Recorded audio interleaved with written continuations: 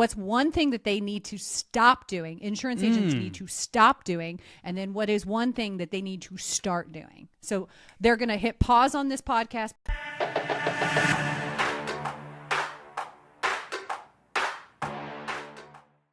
In today's episode, Courtney and I sit down with elite agency owner Nick Sakha, and he's going to discuss how he's built a $20+ million insurance agency over the last 7 years. And get this, over 30% of the business written every single year is coming from social media. With that being said, let's start the show. Hey, welcome to the Insurance Buzz. We are your hosts, Michael and Courtney Weaver, and we have elite agency owner Nick Sakha with us today that has built over a $20 million insurance agency empire in the last 7 years, and he is the owner of Insurance Creators. Nick, what's going on, buddy? Hey, what's going on, guys? I'm happy to be back. I know we did this maybe 2 years ago, and we both have grown in big ways since then, so I'm happy to reconnect with you guys. We're bringing it back, baby. Yeah, man, I feel like a lot has happened in the last 2 years for you. I mean, what I believe, married, kid, new business, you're freaking expanding locations, you're doing big things. Yeah, a lot has happened, and it's happening faster and faster. And even now, just being a new dad, it's you're just more hunkered down, dialed in, and so I think things are going to be moving even faster. But I'm excited to just take some time off to I feel like my life's always this: create some chaos and then regret it, and then make it calm as fast as possible, and then be like, that wasn't too bad, and then enjoy it for a little bit, and then get bored, and then create chaos again. It's a cycle. So, you know what? I identify with that cycle, actually. Yeah, I'm right there with you. Only I'm trying to undo the chaos. I'm not trying to calm it down. I'm like, oh, reverse. Put it in reverse, Terry. Back up, back up. Oh, Lord, Terry, back up. Reverse, Terry. Okay, so a lot has happened in the past 2 years. Let's really focus in on your insurance agency is where I want to start, and then we're going to get into social media a little bit later on in the episode. So when we are talking about a $20 million book of business in 7 years, if you could distill that down to a few big jumps that you made or a few big things that happened, what would be those things that stick out for you? yeah, I think the obvious is, the first thing that came to mind is the acquisition part. So I grew from 0 to 5 million organically from scratch. And at 5 million, I was able to buy an agency at like a 2.2 times multiple. It was a $5 million book, and I got to 10. And the moment I got to 10, it was such a game changer for me because I had so much more working capital. I could invest in more agency structure and pay my team members a little bit more and actually build out managers. And I think that was probably that's when it became like fun for me, I would say, is just having a lot more. And I've talked to a few agency owners before, or just recently, and we think that it's actually pretty hard. Like I'm learning that starting from scratch and growing to 5 million is actually a little bit more uncommon nowadays. Not a lot of people are doing that, and that it's almost hard to almost survive until you get to those higher agency numbers, those higher premium numbers, and I'd agree with that.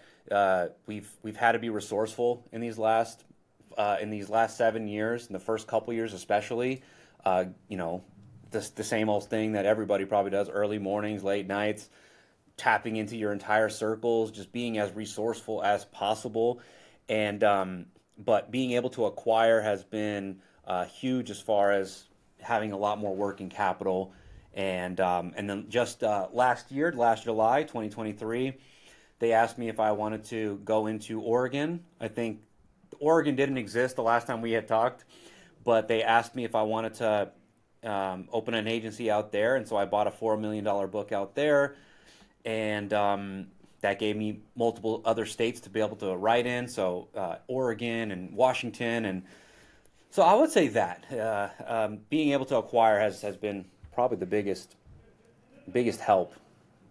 So I love that you bring up the 0 to 5 million, because I think every business has a swamp territory where they're not profitable enough to hire the people that they need to, but they're still sitting in too many seats that they're not able to produce what they need to. And I think every business has that kind of swamp, and I can relate to that. I know we can relate to that. Yeah, we can relate to that. I don't know if you knew this, Nick. So we actually started scratch, never got an assignment, and so we grew from that 0 to 5 million in 5 years in a low premium market, doing nothing but cold calling and social media and referrals. So we're with you, brother. We feel the pain. That 5 million mark. I think the 4 million was good for us. At least it gave what felt like that was like the capital that was like, okay, we can hire some more people. We can spend some more on marketing. 5, it was absolutely amazing. Obviously, with the company we represented, we didn't really have the ability to purchase and acquire books. And so out of your 20 million, you've grown roughly 10 and purchased roughly 10. Is that right? Yeah. We've purchased 9, and we've grown about, what is it? 12 now. 12 now. Yep. Okay. So I'm curious. I think when we start talking from 5 million to 10 million, I think there's a lot of people out listening to this episode and they're like, yeah, I would love that. But I think a lot of times we put our own like limiting belief on the headache or the struggle that comes as you start to grow in your business. I'm curious, what struggles did you run into going from 5 to 10 and then from 10 to 20? Yeah, it's a great question. I think the problems are the same, and I think the problems will also be the same between here and 50 million, right? It's staffing and marketing. Somebody told me that the other day. I'm like, yeah, that about sums it up. Staffing and marketing. It's finding the right people and always be hiring is the biggest challenge that we face as agency owners, and then of course marketing. Sometimes I think agency owners, we all get shiny object syndrome, and we've got to revert back to just what's working and doing what's working at a higher level, more intentional. But I would say that, and repeat the question. What was the hardest part? No. From 0 to 10 to 10 to 20? You nailed it, because we actually have this conversation all the time, and you said it's staffing and it's recruiting. Like you were talking about people is usually your biggest problem. I love that you bring that up, that I had this issue at 0, I had this issue at 5, I had it at 10, and I had it at 20. And I think for the person that's listening, the difference is when you start to get a bigger book of business, you have more resources to put towards that problem. Yes. Yep. You're not afraid to fail as much, and you have more, I guess, more working capital to throw money at more hiring companies, and you're not afraid to also try different marketing strategies and lead sources. At first, you're like, I remember being so, upset when I would look at the data from lead vendors, and I'm like, these companies are selling me crap, like I'm on the phone with them. I'm like, you guys should be ashamed of yourselves, because what kind of, like, I've only quoted this many and we've only closed this. And so you're tracking every dollar. Whereas now you're just like, yeah, it's a necessary evil. It just comes with the territory, it's a part of it, right? So, but when you have more working capital, you're less attached, and your vision becomes a little bit greater, and then you can slowly remove yourself out of the seats, as you alluded to earlier, and buy more of your time back, so you can focus on higher level agency things, and as well as maybe even diversify a little bit. But it's taken me a long time, even creating the insurance creators. It's taken me, I'm in year 7, almost approaching year 8, and I purposely didn't try to build anything else until I built the foundation of the agency, which is not an easy thing. I coach a few, not formally coached, but I'm helping a handful of agency owners.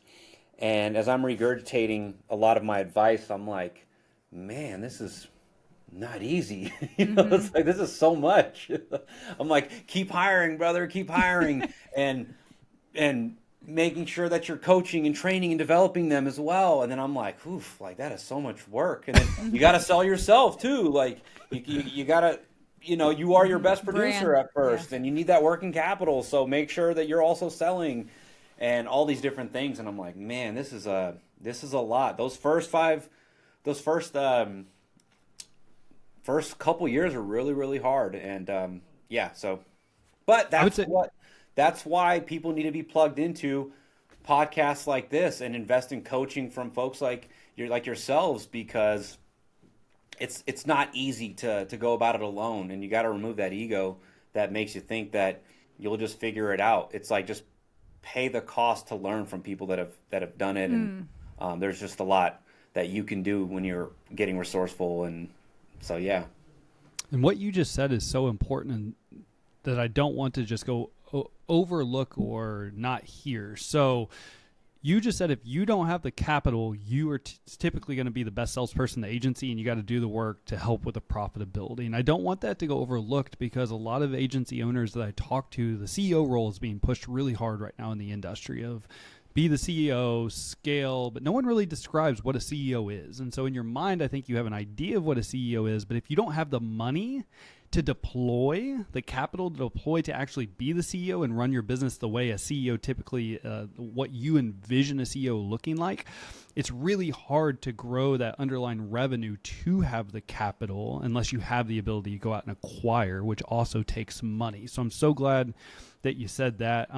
I do have a question before we get into the insurance creators. So when you went from one location to two locations, what was maybe a struggle or learning curve that you experienced? Because that's also something, doesn't matter carriers right now. A lot of carriers are pushing agents to have multiple locations, and I find a lot of individuals struggling going from one to two. So I'd love for you to talk about your experience. Yes, certainly. So when I went from 1 to 2 locations and then eventually 3 locations, the biggest mistake that I made was thinking that I'm going to need 2 managers now, or I'm going to need a manager at each location because I can't be in both places at once. And I remember my 2 of my top salespeople at that time, I put them in those seats. I said, you're going to be the manager for Durango, you're going to be the manager for Sahara, and you're going to be the go-to of each of the producers at these offices. And these weren't the guys for the position. And so I've learned to, you'll just know whenever you know someone's the right fit to be that manager. And one of my mentors told me early on that sometimes your manager isn't going to be your top producer. Most of the time it's not going to be your top producer. Top producers just like to focus on being a top producer, but just paying attention to how willing they are to help people, where their heart's at, and things like that. Basically, it kind of just blew up in my face. It became like the agencies started essentially hating each other at that point in time, and I'm like, yo, we're one team. This is like one insurance agency. And so even when you shuffled people back and forth, I would hear stories about somebody saying, like, I thought I was what's it called? I was not looking forward to being at this location because I thought you guys were like this and that. And so I was like, oh, so there's a little bit of like drama and gossip, like these little things. So needless to say that I took my time. So I had 3 locations at this point in time and no managers. I had like people in mind, but I decided to go 3 locations and nobody's a manager. I'm going to take my time with these next promotions, and I'm going to make sure that they're certainly the right the right person in the right seats, and these are my same managers that I have today that I took my time with. And so that's probably the biggest mistake, was thinking that I needed managers as soon as I got a second location. All right, out of curiosity, with the managers that you very first promoted that maybe was the wrong promotion, did you have to let them go, or did they just go back into the producer role? In my experience, putting somebody back in a producer role usually never ends well. And And it takes a certain kind of, not that it's impossible, but it does take a certain kind of person, a person with no ego, to be able to do that. So no, one of them resigned because I started giving him pushback regarding his like manager style and just like where his heart was at. And then the other one just slowly just kind of dwindled away, and his personal life kind of got in the way as well. So no, they didn't end up being producer or go back to being producers. They were out of there. Yep. I love that you bring that up. That's actually been a common theme that we keep hearing from agency owners, is that they're promoting too quickly and they're promoting their top performer. That actually happened to us. We did the exact same thing. We had this rock star. I mean, he was the 100 app every single month, like this. He could produce. And we're like, perfect. You're going to be the sales manager. And a thoroughbred just wants to race. Like when you pull them out and you're like, now you're going to have start listening to calls, give feedback. You're going to hold reviews, like all of these different skill sets that they don't have. They're like, no, I just want to make as much money as I want to make.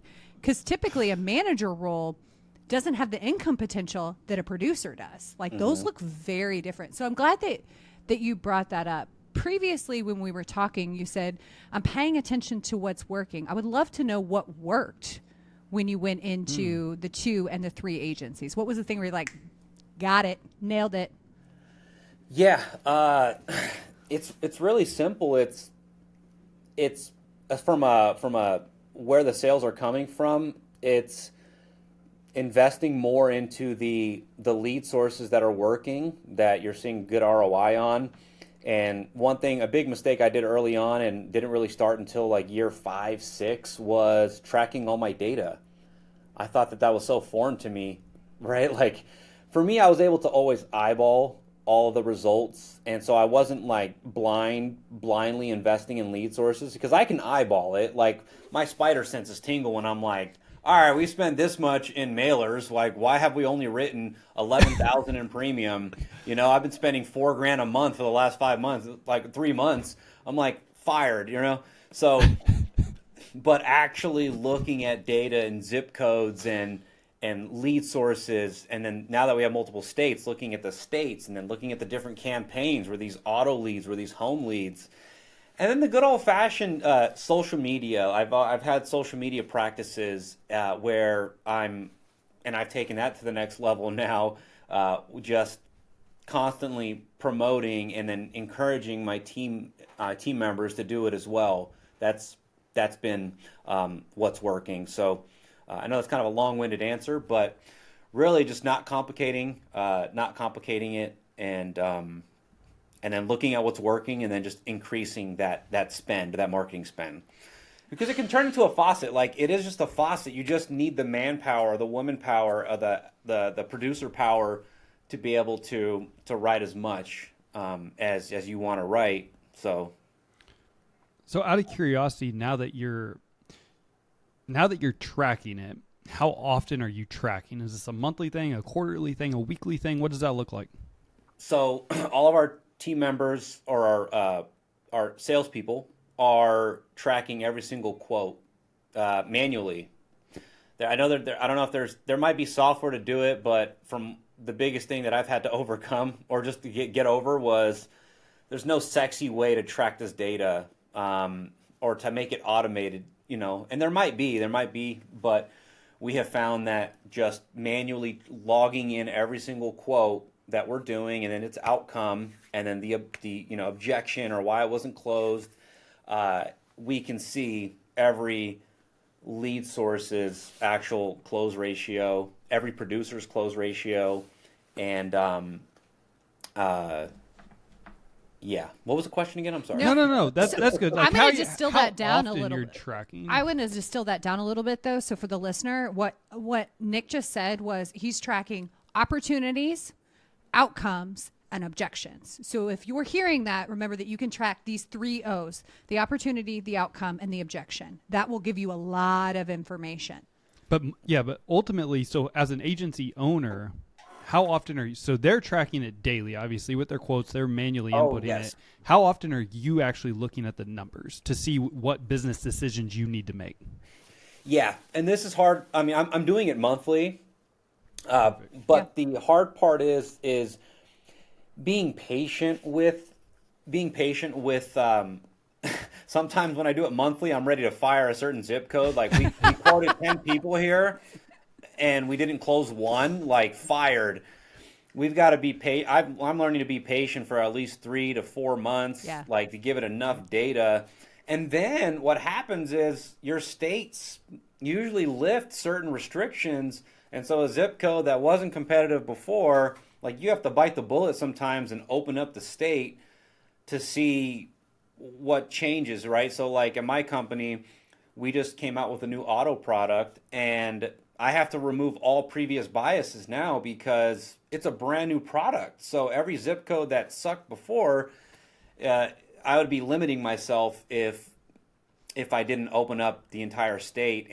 But yes, you're going to waste a lot of money, but that's why it's you supplement that through you supplement that losing money by being as resourceful and trying to grow as much organic business as possible, which is something that I've done since the beginning of time. I was able to afford, like when I was my top producer, I was able to afford all these other things because like for the first like 4 months, 6 months, I was the top producer, but I was able to like use that cash flow to reinvest. And then also till this day, about 30% of our business is still organic inbound.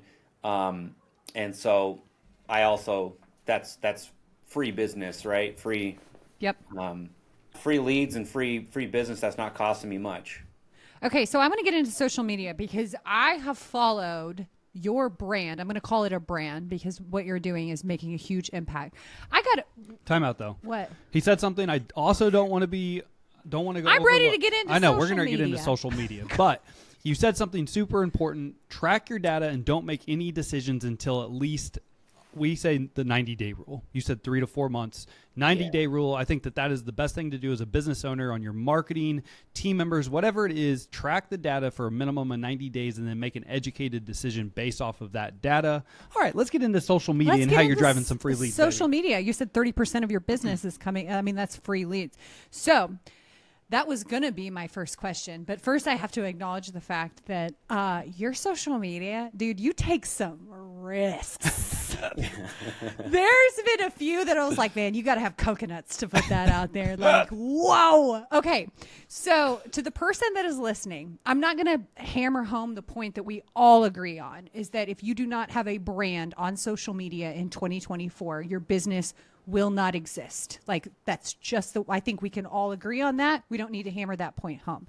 Mm-hmm. But you brought up the 30%. So my question would be the person that's listening that's like, okay, really, how much insurance business is coming to you from social media? You said 30%. How long did that take? The person's going, what's the cost? How long do I have to invest every day, my time and my energy? How long do I have to do this? When's this thing going to pay off? I'd love to hear your story on that. Yeah, I think it just needs to be a part of your process because if you pull up your phone and you look at the analytics, it's going to tell you that you're spending this time on social media anyways. My biggest thing is how do we take you from a consumer of content to a producer of content? Because if you're producing content, then you're creating what I like to call a digital real estate where people can conduct business with you. But a lot of people keep going to everybody else's digital stores, right? Like when you're on social media and you didn't post anything or put out any content, but you're watching everybody else's stuff, you're literally just went to the mall when you could have your own store at the mall, right? So it takes about you can content stack and just put aside 3 to 5 hours a week to create all the content. I have multiple outfits here at my office just in case I don't want to wear the same, outfit for 4 reels or TikToks, right? So just making it a priority, investing in help. I just don't think it's something you can put off any further. I know that's how you started us off. Everybody knows the importance of it, but people still aren't doing it. Your next hire should be like a hybrid service person. So the next time you need a service person, I would hire somebody that comes with these skills of social media. They understand the platforms. They understand basic editing, basic basic videography, basic digital design skills, and then let that be your next customer service person, so that way they can help you with these social media. And then you can join a community like my community, the Insurance Creators, where we can help you with what type of content to post and everything that we're doing. Because there's a way to do social media, and it doesn't have to always be insurance. And so you talked about taking risks. Well, I've posted insurance content for the last 8 years, right? 8 years. I didn't start going viral until I started doing some other pieces of content that aren't insurance related. So I'm casting this wide net, and through that wide net, it's also giving me just a lot more attention. And then I can also mix in, hit me up for insurance, hit me up for a quote. And what happens is when lenders and realtors, when they see my content and they see my follower count, they like, all of a sudden I kind of have this social proof. And now I get to be a resource for them in an area that they also know that they need to improve in as well. And that can be my value proposition as I ask them to send me the referrals and to be their go-to insurance guy.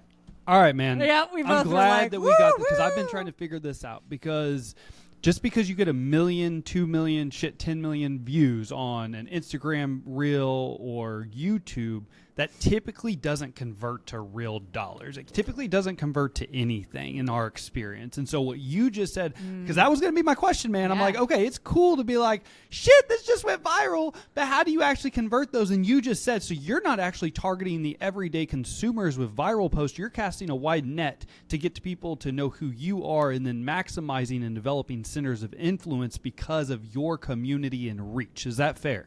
Yep. Yeah. It's all relative. It's all connected. So smart. You're positioning yourself as the thought leader in the insurance space. Yeah. Yes. Yeah. And a lot of people that follow me are like insurance agents, right? Yeah. There are a lot of I attract a lot of them, but you'd be surprised how many other professional industries I attract as well through my content.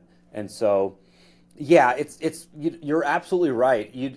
Some of my reels and TikToks that have produced the most amount of like quotes aren't the ones that have gone super viral. They actually get like 1,000, maybe 3,000 hits.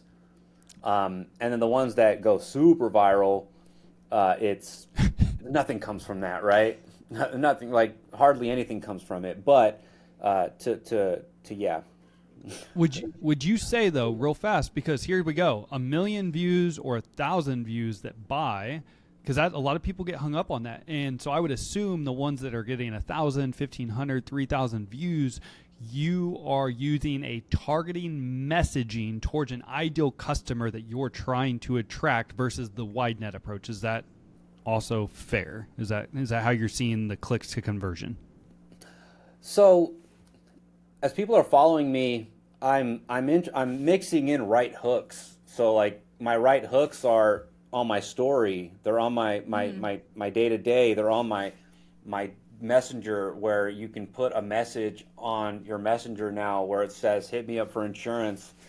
That's something where I'm just trying to make sure that they see enough touch points of what it is I provide or offer, and then also I'm making a couple hiring posts, and so it helps when people are finding me for employment as well. So it's not just for insurance leads and things like that, but it's for finding good candidates, good potential people to work with us. It's getting quotes, and then it's also the partnership aspect, COIs, which there's a lot of opportunity that I'm integrating right now as far as COIs that I've left a lot of meat on the bone, but I've built my brand big enough now to where I can really take COIs to the next level, which is something that I'm looking to do. So I don't know if that answered your question. I might have went out in left field, but I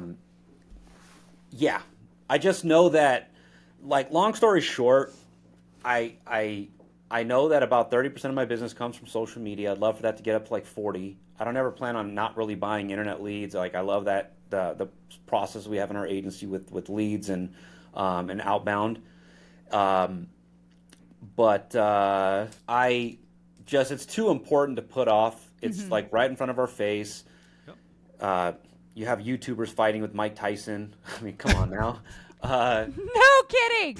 No kidding. I mean, you're going to fight Mike Tyson? Dude, Tyson just posted, I love this. I love what's happening. Tyson literally just posted last night of him working out. He's like, I'm going to kick his ass. I'm like, get it, Tyson. Let's go, baby. Dude, my back is broken just watching this. Like, come on now. My back, spinal. Come on, dude. Like, Yeah. I love it. And you're speaking my language. I mean, Mr. Beast brought in like $882 million last year. Like, we can't ignore this. But as an insurance agent, my question would be, I'm listening to you and I'm like, yeah, guys, all right, I'm ready. Let's get on social media. What's one thing that they need to stop doing? Insurance agents need to stop doing. And then what is one thing that they need to start doing? So they're going to hit pause on this podcast, pause on this YouTube video. And you're like, all right, this is what you need to stop. And this is what you need to start. All right, I got something for you. Let's go. It's insurance agents, and the first thing that came to mind was they don't need to stop anything. They really just need to start, right? I mean, that was the first thing that came to mind. But if I had to give them advice on what to stop doing, it would be to stop thinking you can outsource it to companies or people that are doing social media that are posting generic cookie cutter like happy holidays from the Sakha agency and thinking that that's going to convert into business. Like it's going to require some work. And that's the first thing I tell my community, that yes, you might want to hire somebody that can help you with like make them a hybrid. So that way they're still involved in your agency, but you're going to have to create content. You're going to have to tell your story. You're going to have to share that wealth of knowledge, because you have so much game, so much value, so many stories to share that will separate you from everybody else, and you're just not positioning your content that way. You can make a piece of content on anything, and you guys do a great job of this. Anything can be content, and there's no competition when it's just you. So there's no competition when you're sharing what makes you you.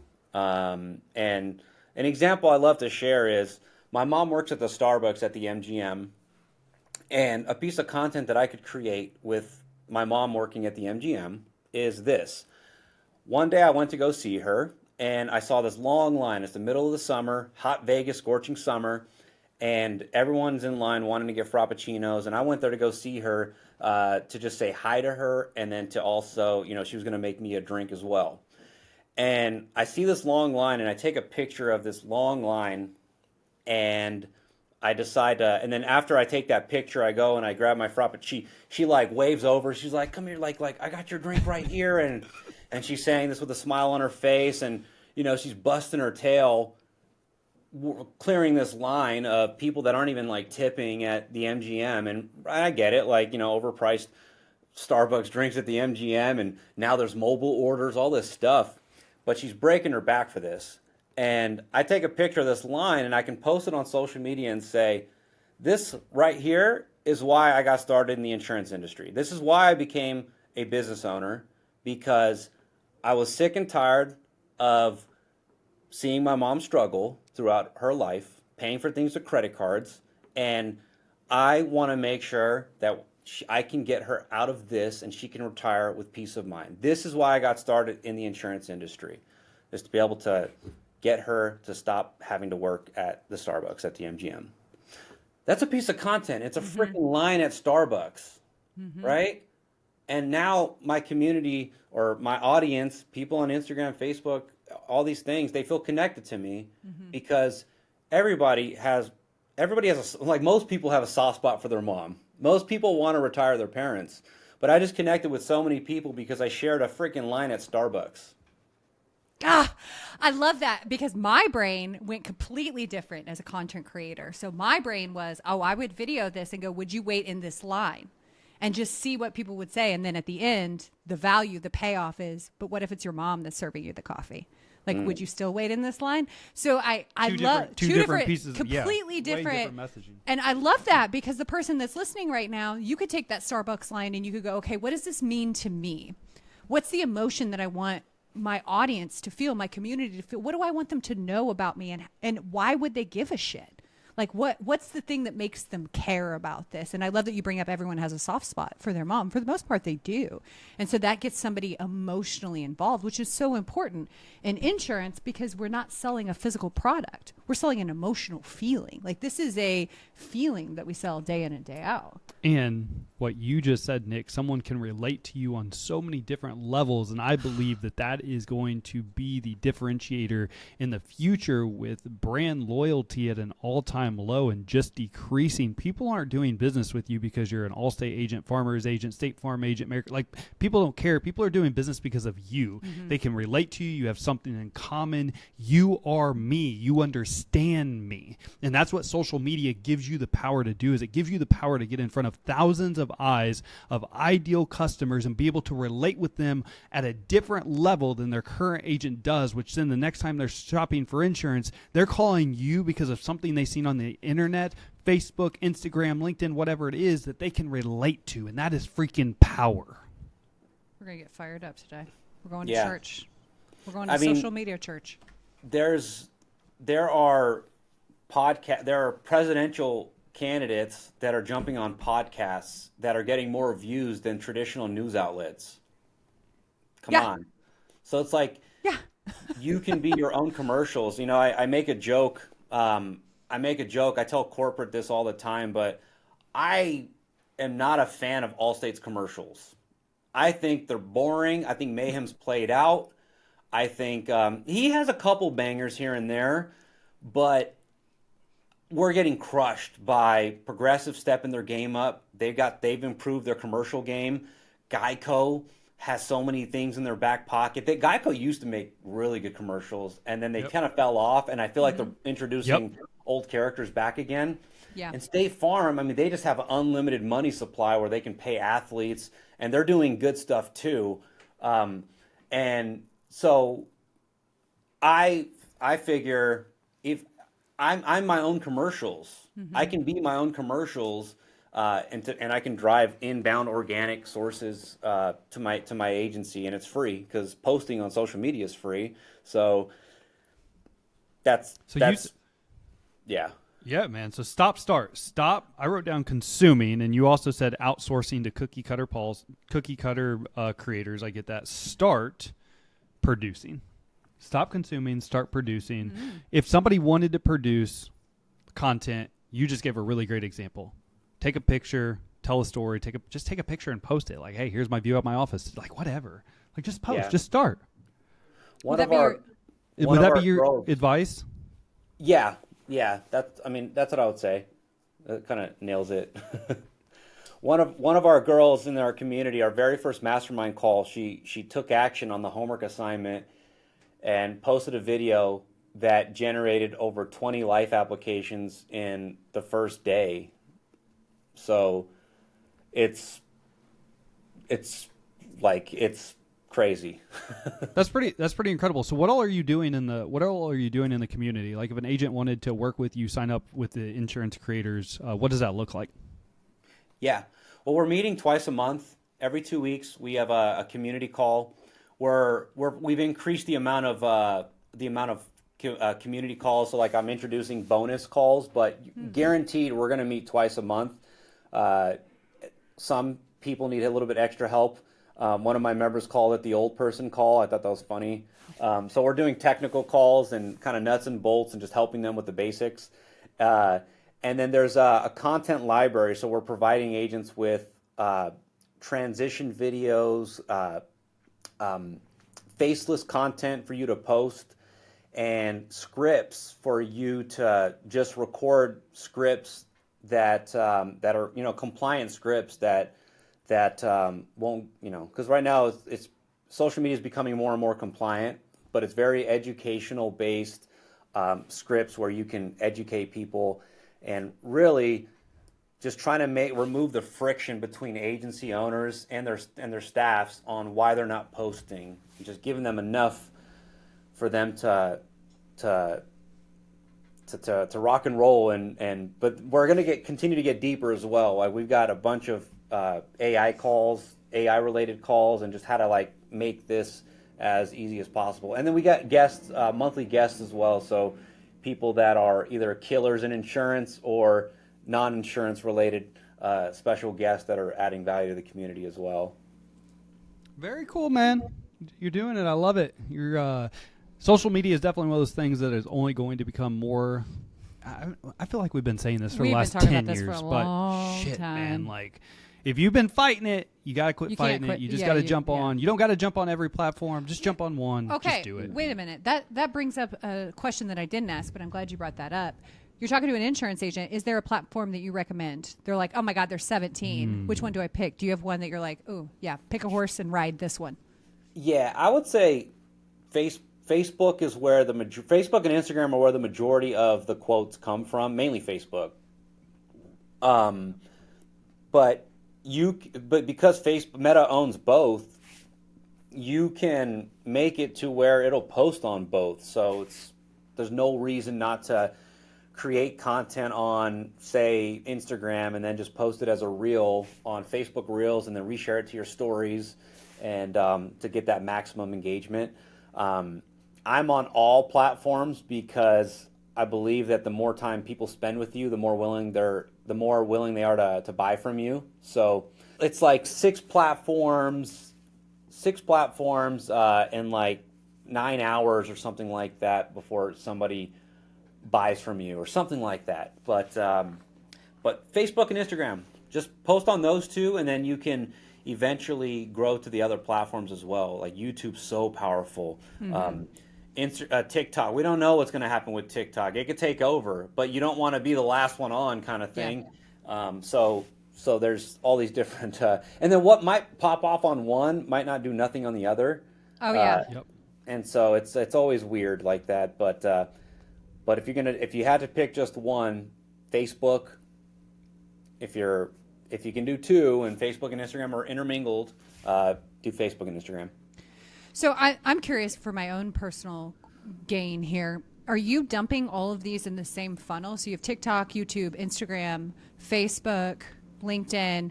Are you giving the same call to action to where they're clicking on a website link, or what is that process? How are we getting all dumped in because they're coming from all these different places? I'm manually posting on just about all the platforms. Okay. I know that Meta just came out with a scheduler. I don't think you should ever use a non-native scheduler, because that will just ruin the engagement. But we're manually posting on every platform. So non-native, just for reference, is like Hootsuite, Buffer, Later, any other like third-party software that you can plug in that can schedule. So when you have them, like your call to action, are you having them fill out like, what does that even look like? You're saying just DM me? Yeah, so your call to action can be comment the word quote, comment the word save. It can be just a poll on your story. It can be just write hooks. Sometimes people don't actually follow like the call to action, but they'll just DM you, right? It's weird. And sometimes the algorithm, I've noticed that when you do a call to action, it lowers the engagement. So like I'm not always doing a call to action, but I do have on my Instagram, there's a link tree where there's a link to my website where you can get quoted. So a lot of carriers, depending if you're captive or if you're indie, then you can kind of do whatever you want. But if you're captive, a lot of them have a lead form that you can lead people to. So people need to optimize their bios. They need to make it easy to do business with you. And those are some of the things that we go over in the community as well. I love this. I could do this. I could have this call, Nick, all day long where I'm like, okay, like let's like break this down, insights, all of this, because I love it. This isn't breaking down anything, but this is something I was just looking at. I was trying to look up an agent on social media, and I'm like, I can't even tell this person's an insurance agent. If you feel that right now, I'm not trying to step on your toes or hurt your feelings, but people need to know what you do for a living. Oh, yeah. Yeah. Your open sign needs to be on. Like, dang, man. Yeah. But it's something that everybody puts it off because one, I think the biggest thing that I'm finding is they just don't have a structure. They don't have enough team members in their agencies For sure. to make it a priority. Like they're struggling with just hitting the minimum goals. They're wearing all the hats. They're selling, they're servicing, they're coaching, they're hiring. And so I think a big problem with social media is getting that foundational piece out of the way and then being able to hire and delegate and then open up that time to focus on it. Dude, this has been the whole episode. Build the foundation, then be able to have enough capital to hire and delegate the thing that you don't want to do anymore. Yep. Like, I love that this has been the whole theme of this episode. With your insurance agency, with your social media, all of this, it's the same core principles. And if you relate to what Nick just said around, I'm small, I've only got a couple team members, I don't have a lot of money. One thing we did very early on in our careers, we duplicated our efforts. So yeah, maybe we only had a team of 3 people. But what we did is we would sit down every day, part of our team meeting, and all of us would go into Facebook. We would add 5 friends. We would comment on 2 people's posts, and then we would add, I already said that, 5, 2, and then we would also post a minimum of 3 times a week. So that was just like what we did as an agency, and then our efforts just duplicated. So leads would instant message me, but they would also instant message my team. So we were just trying to duplicate our efforts amongst our team to get everybody on the same page and buy into social media is powerful. And so we just had dedicated time every single day as an agency in our team meeting. But that's really Nick, good. if somebody wanted to work with you, follow you, connect with you, what's the best way for them to do that?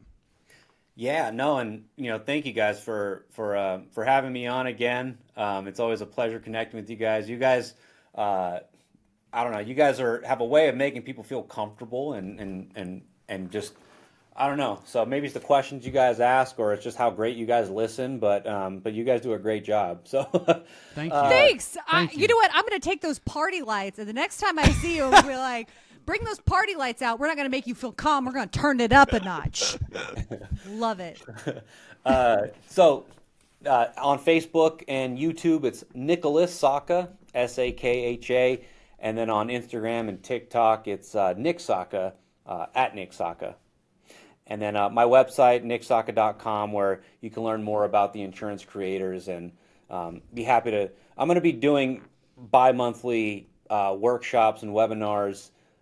We did one 2 months ago and dropped a ton of value. It's on my YouTube channel. Be happy to share that link with anybody that wants to just learn some of the basic things that we talked about even today. Yeah, so stay tuned for that as well. I'm so pumped. You're doing big things. For all of those of you who tuned in today, as always, man, we appreciate you. We appreciate your support because time and attention are by far your most important assets, our most important assets. We appreciate you spending the time with us today. I'd love to know a takeaway that you took. Nick, I've got a whole page of notes over here. So I'd love to know your takeaway, what you're taking action on, most importantly, with your social media game. Shoot us a text, 816-727-7610. Other than that, we appreciate you. Go out and make it great. Nick, thank you again for your time, brother. Thank you.